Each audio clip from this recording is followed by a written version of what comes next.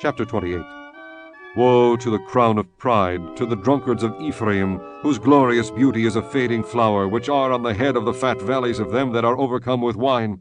Behold, the Lord hath a mighty and strong one, which as a tempest of hail and a destroying storm, as a flood of mighty waters overflowing, shall cast down to the earth with the hand.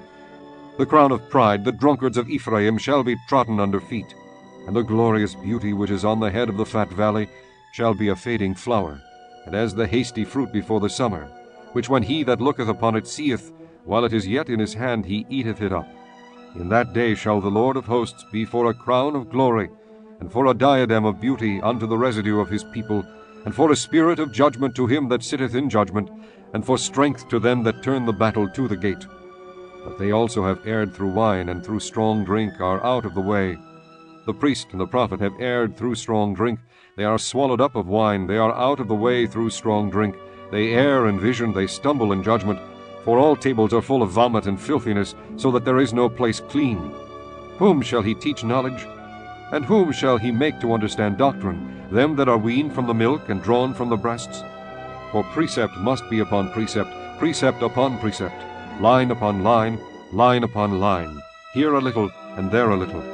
For with stammering lips and another tongue will he speak to his people, to whom he said, This is the rest wherewith ye may cause the weary to rest, and this is the refreshing. Yet they would not hear. The word of the Lord was unto them precept upon precept, precept upon precept, line upon line, line upon line, here a little, and there a little, that they might go and fall backward, and be broken, and snared, and taken. Wherefore hear the word of the Lord, ye scornful men, that rule this people which is in Jerusalem, because ye have said, We have made a covenant with death, and with hell are we at agreement. When the overflowing scourge shall pass through, it shall not come unto us. For we have made lies our refuge, and under falsehood have we hid ourselves. Therefore thus saith the Lord God, Behold, I lay in Zion for a foundation a stone, a tried stone, a precious cornerstone, a sure foundation. He that believeth shall not make haste.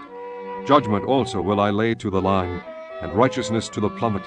And the hail shall sweep away the refuge of lies, and the water shall overflow the hiding place.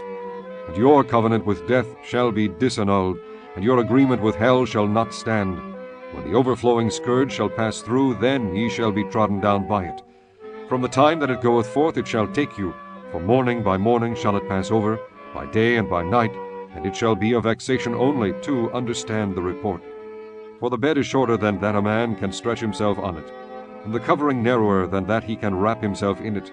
For the Lord shall rise up as in Mount Perazim, he shall be wroth as in the valley of Gibeon, that he may do his work, his strange work, and bring to pass his act, his strange act.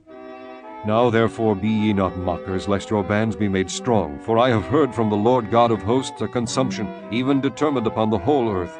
Give ye ear, and hear my voice. Hearken, and hear my speech.